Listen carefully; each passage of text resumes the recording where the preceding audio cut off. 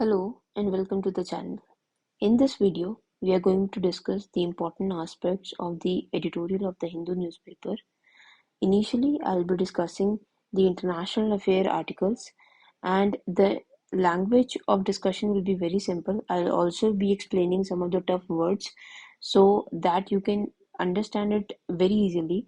And also, I've highlighted some of the important portions of the article, the information of which you can use in your preparation, especially for UPSC, and it is mostly for general understanding of how India works with other nations, but the information highlighted here can be used directly in the answers, particularly GS2 and PSI are optional. Okay, and it will also be used in your comprehension of CSAT. Before starting, I would have one suggestion for you.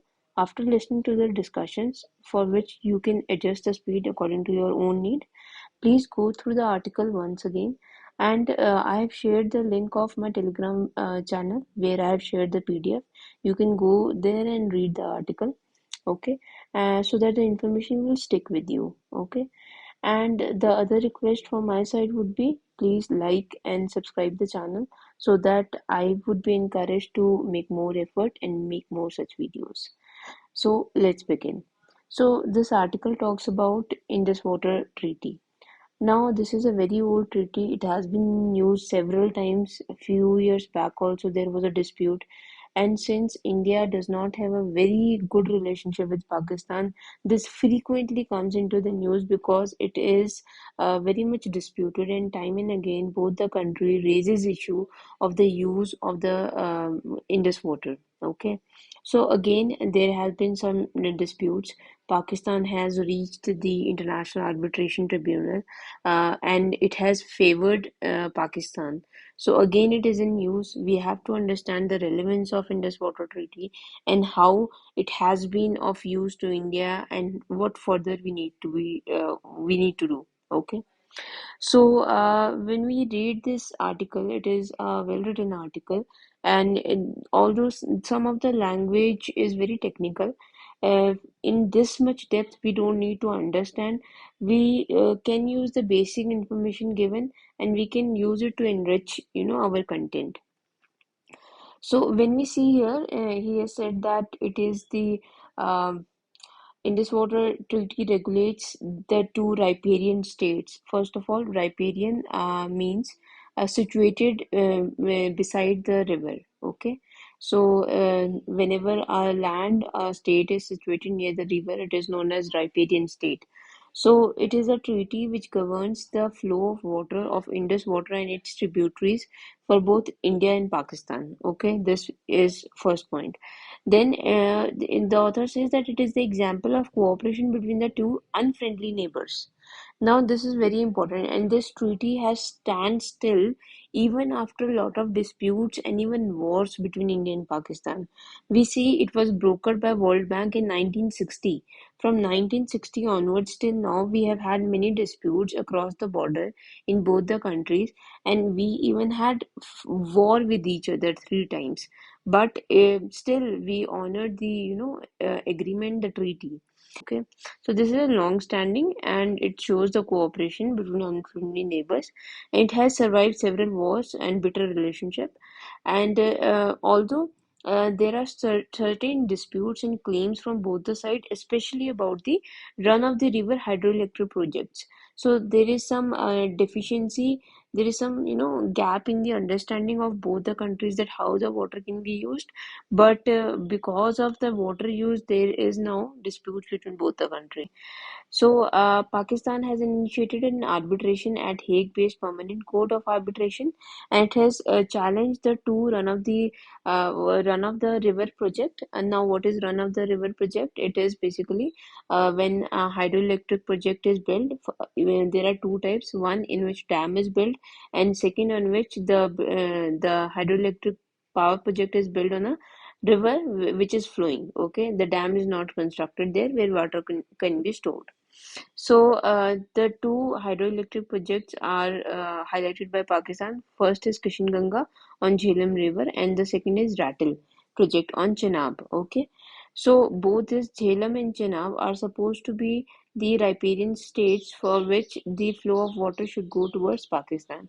I have also shared the map. See, full utilization of Jhelum, Chenab, and Indus is supposed to be for Pakistan. Okay, and the right hand side tributaries Biar, Satluj, and Ravi are supposed to be for Indian use. Okay, but still, when the treaty had just began, there was this understanding that some of the tributaries of Jhelum and Chenab can be used by India for hydroelectric projects. Okay. Now the same issue has been raised by Pakistan that these projects are hindering the water flow, and because of these projects there is less water availability in Pakistan. Okay, the India challenged it on this behalf that the International Court's permanent court of arbitration does not have the jurisdiction in the first place to hear this treaty. And why is that? Because this was brokered by World Bank and this need to be settled by some neutral arbiter because it was initiated by a neutral arbiter. So, Permanent Court of Arbitration does not have a jurisdiction.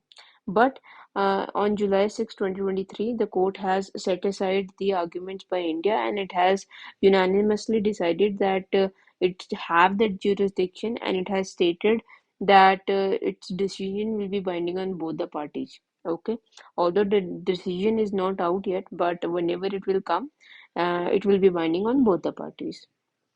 Okay, so first thing, so till here we have understood that there is a dispute, there has been cooperation, there is no dispute, and now it is in the court of arbitration. Now we will discuss the future supply of the water. We have seen that even though there were wars, there was still the water supply availability.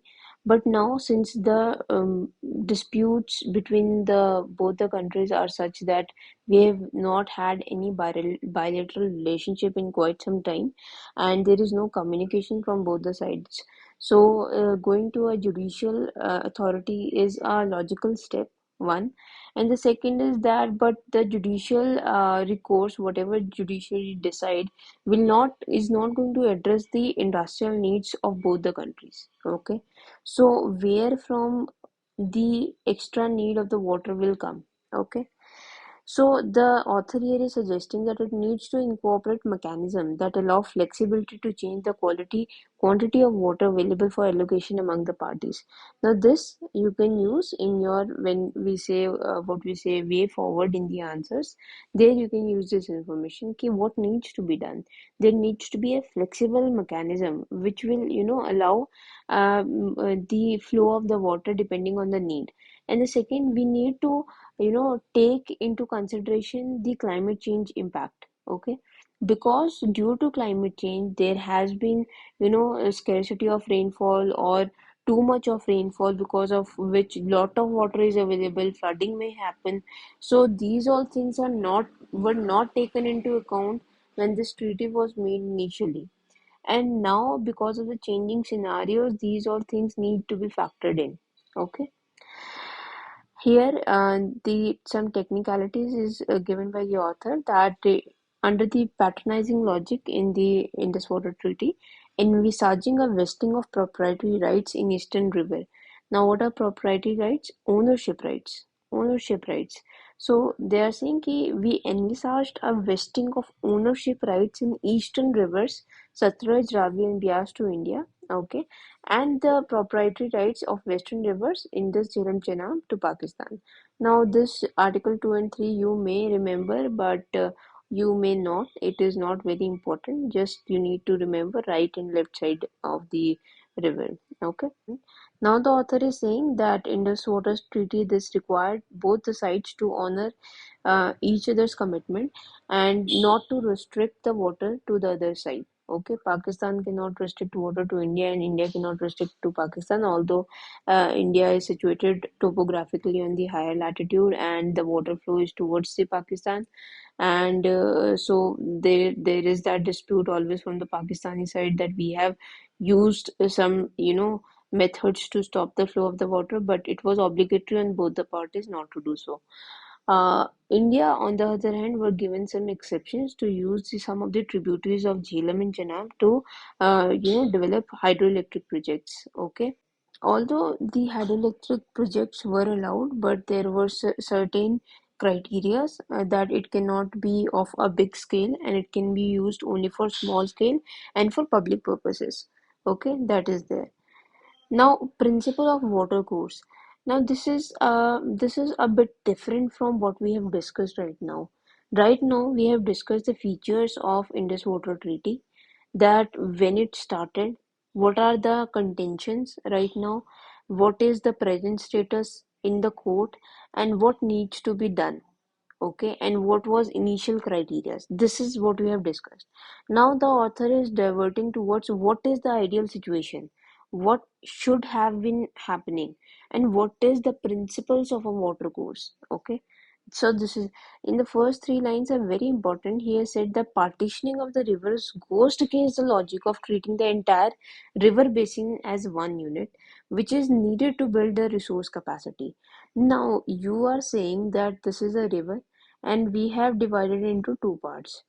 Now you tell me one thing, whenever we see a river, we treat it as one basin. And when only we treat it as one basin, that this is the entire basin of our river system, then only we can have the assessment of its resource capacity, and then only we can envisage that how can we, improve or develop this resource capacity or utilize the resource capacity. Now you have divided the entire basin and then you cannot argue about the resource capacity of the river. Okay. And the thrust of the Indus Water Treaty is optimal use of the water. This should be the entire, matlab, the ideal scenario. This should have been the ideal scenario, that the idea for Indus Water Treaty should have been of the optimal use. Now this is very important because this is the idea by India, that optimal use of any resource should be the idea behind any treaty, behind any understanding. But what is Pakistan's idea? Pakistan is opposed to Pakistan understanding to be of uninterrupted flow of the water to its side. Pakistan only wants that there should be uninterrupted water without factoring in climate change, without factoring in the other essential uses, okay, and without even understanding what is the optimal resource capacity of the river and how it needs to be utilized. So this is the difference of understanding, okay. This is important information. You can use it for your understanding, okay. Now we will look at the two cardinal principles of international water courses. First is ERU, equitable and reasonable utilization, and second is no harm rule, and not to cause significant harm to other. Okay. So first principle, it talks about that the natural resources belongs to all equally, and not one person or one party has complete right over it. So there should be equitable resource utilization among the parties. And the second is no harm rule, that states that actions done by one party should not harm the other party in any which way. Okay. So, although there is no universal definition, but they are included in the Convention of Laws of Non-Navigation Use of International Watercourse. This is not very much important. You can skip it, including climate change. The NHR are due diligence, but the NHR is somewhat important because it is the obligation. Your action should not harm others. That is the basic obligation. So sometimes what happens that the state prioritizes ERU over NHR. Although there is no universal definition of both the terms, and it is not even included in the Indus Water Treaty, what is expected that all the resource utilization takes place equitably, and actions done by one party should not harm other. Okay, and this is described in Article 6 of Convention on Law of Non-Navigational Use. This you can skip. Okay, NHR no harm rule is considered as due diligence, although it's not always followed, and it is also expected whenever you undertake a project, you do a transboundary EIA, that is Environment Impact Assessment, to understand what will be the consequences of the project in the future. But this also is not generally done. Okay, and sometimes the state prioritizes ERU over NHR. Equitable resource sharing is prioritized over no harm rule. Okay, so that is one basic information about general how the water course is being described in international affair. Okay, and there is also a mention of Article 10 of 97 Convention of Vital Human Needs. Now, when we talk about ERU, this it can be considered vital human needs. That water is shared based on the vital human needs. When we see there are river disputes within India itself, and based on this principle only, the courts also take decision like Kaveri water dispute, Krishna water dispute. That based on this vital human needs, the water is shared between two states. So this aspect is also important, although it is also not a part of the Indus Water Treaty. So the author is suggesting that these features can be included in Indus Water Treaty, which will, enable us to understand the utilization aspect and also the importance aspect of Indus Water Treaty. Okay. Although the author says without even being included, these are still important. Okay, these are customary international laws and these are still important, but it still needs to be included. Okay. Now, the author in the conclusion says the World Bank was the one who forged this international treaty. Epistemic community means the two parties which have common interest. Okay. So the author suggests that there needs to be convergent state policies, and needs to inclusion of these principles as we have discussed above, and also we need to revisit the Indus Water Treaty. That will be more appropriate than going to judicial, recourses. So basically, in a nutshell, the author is talking in the context of recent decision by the uh, International Court of Arbitration, which has taken the side of Pakistan's argument and said that we have jurisdiction and we can make a decision about this treaty and that would be binding. And the author initially discussed the features of Indus Water Treaty, that how it started, what is it is an example of cooperation, okay, in global mistrust, but still there are some deficiencies. There is a level of mistrust which needs to be addressed, okay, and it needs to be flexible and take into account some of the current scenarios like climate change, okay, and there needs to be a neutral arbiter. Okay, this we discussed in initial part, and thereafter it went on to say the principle of journal water course. Uh, it said that the water needs to be, treated as one unit to ensure its maximum resource capacity. He also says that there are conventions and there are obligatory principles like ERU, equitable and reasonable utilization, and no harm principle. Although it is not included in Indus Water Treaty, but it needs to be included. It although it is customary, but still needs to be appreciated and acknowledged. And there needs to be a revisit. A neutral arbiter like World Bank should come and have a part in this shared interest of both the countries. So this was the holistic, overall of this article. This was a good article. I hope you gained some information, some knowledge from our discussion, and please do come back to the channel and we'll have more such discussions. I hope you will use this information.